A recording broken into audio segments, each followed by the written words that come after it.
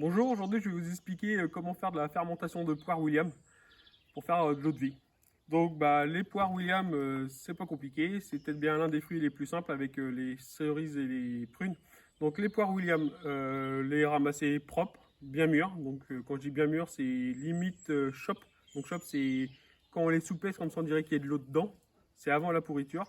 Et surtout, ne pas mettre des pommes mûres et des pourris. Parce que si vous voulez avoir un bon goût de fruits dans votre alcool, tout ce que vous mettez à votre bouche, vous le mettez dans votre fût et au lieu de le manger, vous le boirez. Donc voilà. Donc les poires, pour les préparer, c'est pas compliqué. Des poires bien sucrées, car c'est les sucres qui se transforment en alcool. Donc plus ça sera sucré, plus vous aurez d'alcool. Donc vous les prenez dans vos mains, vos poires, et vous les écrasez avec votre main.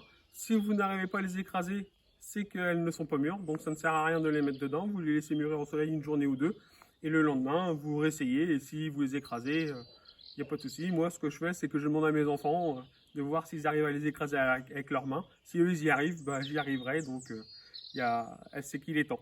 Voilà. Donc, une fois que c'est mis dedans, et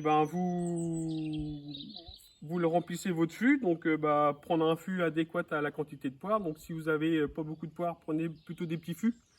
Si vous avez beaucoup de poire, prenez des grands fûts ou des petits, peu importe. Après c'est selon ce que vous avez, comment vous allez les transporter pour venir à l'alambic.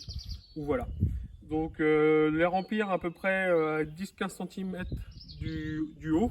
Parce que quand ça va fermenter, ça va monter en pression, ça va créer un chapeau de fermentation qui va monter, monter, monter. Et le problème, si ça bouche la valve qui sert le bidon, tout simplement le bidon va exploser et vous aurez tout perdu, tout sera par terre.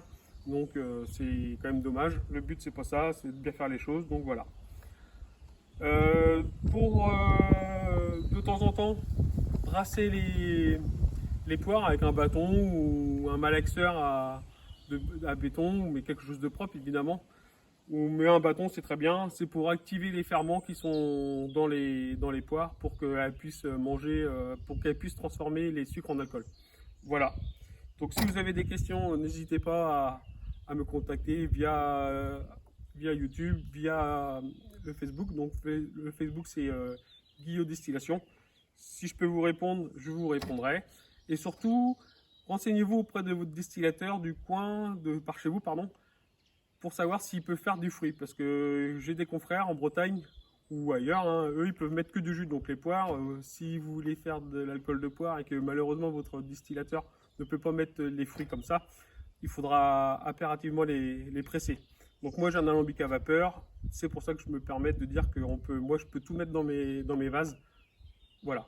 Mais surtout renseignez-vous parce que c'est quand même dommage d'arriver au pied de l'alambic et de dire ah non désolé je peux pas vous le faire. Mais renseignez-vous auprès de votre distillateur et il vous expliquera. Voilà, je vous remercie.